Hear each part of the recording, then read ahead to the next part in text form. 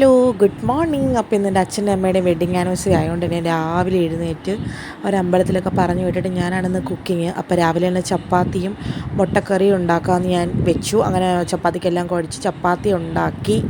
ചപ്പാത്തിക്ക് ഞാൻ ഉണ്ടാക്കിയത് മുട്ടക്കറിയായിരുന്നു. അതിന് വേണ്ടിയിട്ട് എല്ലാം സെറ്റ് ചെയ്തു. ഞാനൊരു സ്പെഷ്യൽ മുട്ടക്കറിയാണ് കേട്ടോ ഉണ്ടാക്കിയത്. അങ്ങനെ അത് കഴിഞ്ഞ് തൊട്ടപ്പുറത്തെ പാനിൽ ഞാൻ ഈ പാൽപ്പാട ഉരുക്കി നെയ്യാക്കാൻ വേണ്ടി വെച്ചിട്ടുണ്ടായിരുന്നേ.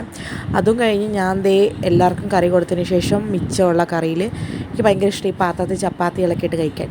അങ്ങനെ അതും കഴിച്ച് ഞാൻ അടുക്കളയിൽ ഭയങ്കര പരിപാടികളാണ്. സോ ഞാൻ ഭയങ്കര ബിസിയായിരുന്നു. അങ്ങനെ പിന്നെ സ്പെഷ്യൽ എന്ന് പറഞ്ഞാൽ പനീർ ബിരിയാണി ആയിരുന്നു.